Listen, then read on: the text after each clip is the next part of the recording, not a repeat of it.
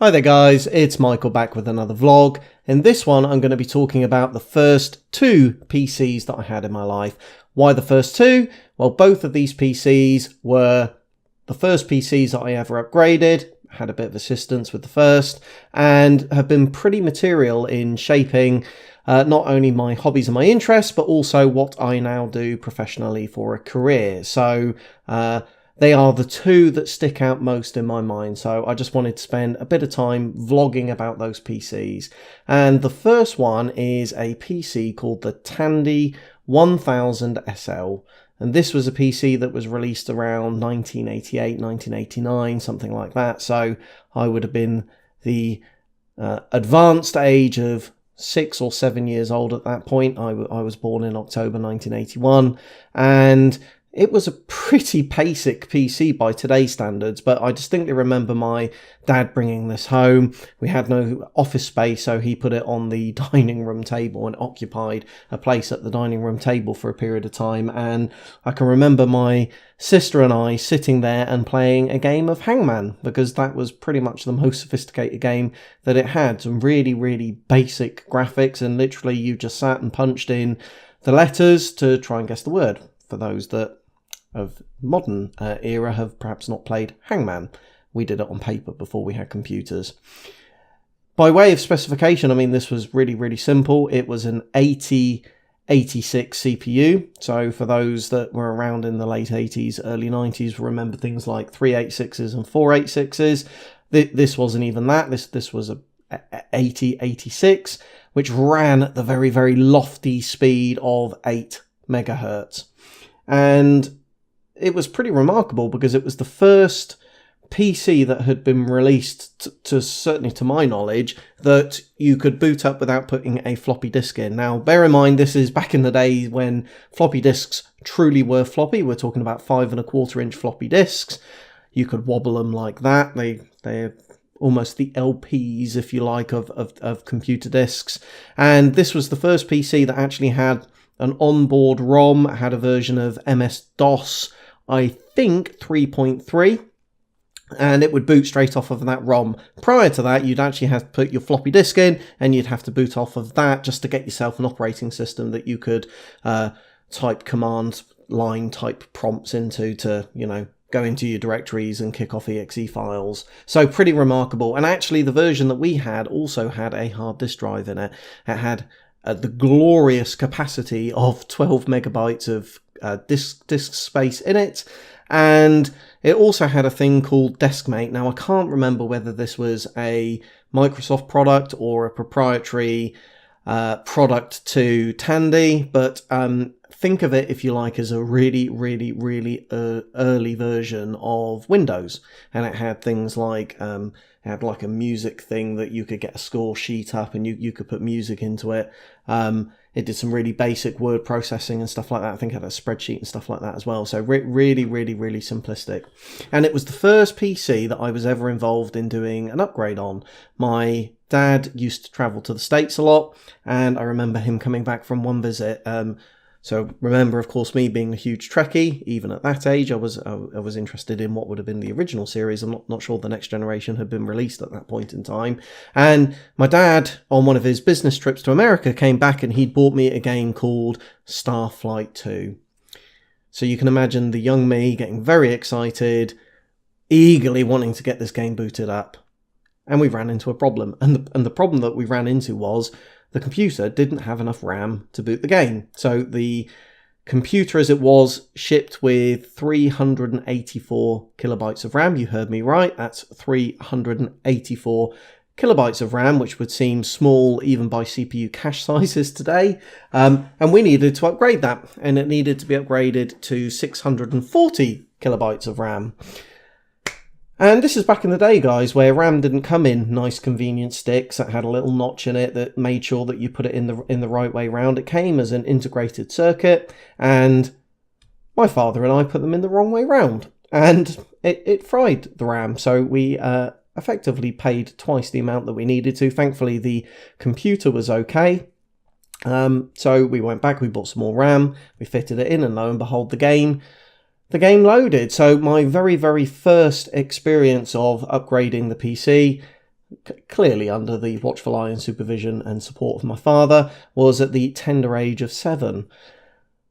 So we got the game up and running. It was an absolutely fantastic game. If you're interested in retro games, if you use some of the sort of MS-DOS type emulators, it's well worth a look and a giggle. Clearly very dated by today's standards. And my other reflection about that computer was it had a big clunky on-off button. You had no shutdown command as it was then, and our hard drive broke. Effectively, we were just clunking the power straight off, and it effectively damaged the hard drive over a period of time. So we had to take it back into Tandy, and they had to give us this special command that was called ship track that would effectively disable and shut down the hard drive so that we could power the computer off safely. And we had that computer for years and years and years. I mean, it certainly served beyond all reasonable expectation, I think. And the next computer, the second computer that we ever owned, we got, I think, in around 1994, 1995, something like that. And that was a Compaq Presario 4112. And I should say at this point, the Tandy 1000 SL had done us from 1988 to 1994, 1995 admirably well. But it was very dated at this point in time. So we went and got ourselves a Compaq, which we got from PC World. PC World was a very, very different shop back then than it is today. It didn't sell televisions and stuff like that. It was literally just for PCs. And this boosted, this was a Pentium, not a Pentium 2, 3 or 4. It was just a Pentium, 120 megahertz CPU, which is a substantial improvement over the 8 megahertz CPU that we had in the Tandy. It had 8 megabytes of RAM, and it had onboard graphics. I mean, this thing was just, worlds apart from anything that I'd used before. Bear in mind, I was at school, and they were absolutely insistent on us using either BBC Masters or Acorn computers. So there was no concept of PCs in schools, whether that be primary school or secondary school. Indeed, I was at secondary school at this point in time, and we still weren't using PC. So, this thing had Windows 95. Windows 95 was the absolute be-all and end-all at this point in time. So it must have been 1995, because that was the operating system that it had on it.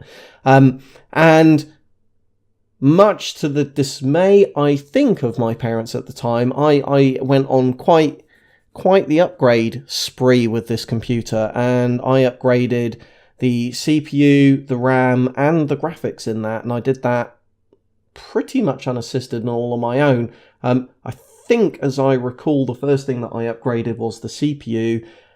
My parents had bought me something called the Pentium Overdrive chip, and there should be a picture of that on your screen now. So this effectively was a CPU replacement, right? So the 120 megahertz Pentium that was in there had a big heatsink on there, had absolutely no fan, and this Overdrive chip had a fan bolted to the top of the CPU. This was the real novelty at the time, that you needed a fan to cool this thing because it was so powerful. And bear in mind, this thing only boosted from 120 megahertz, I think to 180 is where it went up to. And Intel had kind of geared this as it was an overdrive chip, and it was doing something that the computer shouldn't be able to do, and, all of the romance and mystique that was rolled up into that. But, effectively, this was just a straight CPU replacement. Pretty sure Intel dropped the overdrive branding quite soon after that.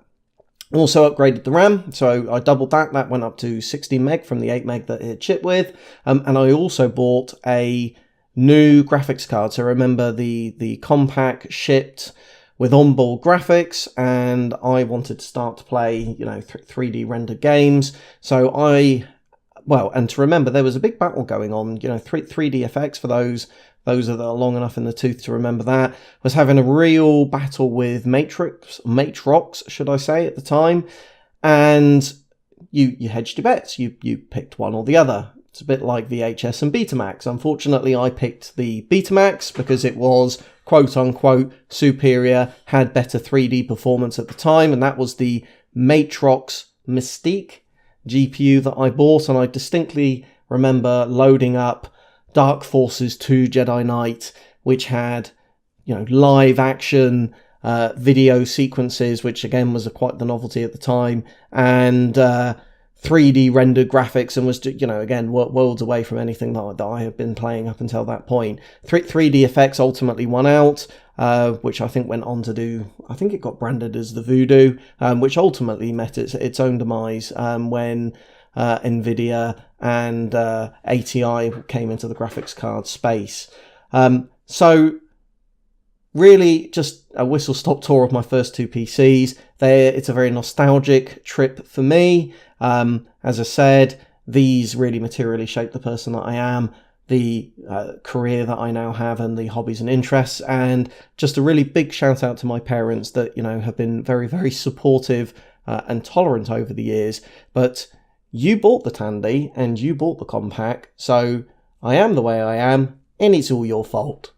There we go, guys. I hope you've enjoyed this video. I'd love to hear about your first PCs, so drop those down in the comments. We'll get a good discussion going. I hope you're well wherever in the world you are. If you like this video, please give it a big thumbs up. If you didn't, you know what to do.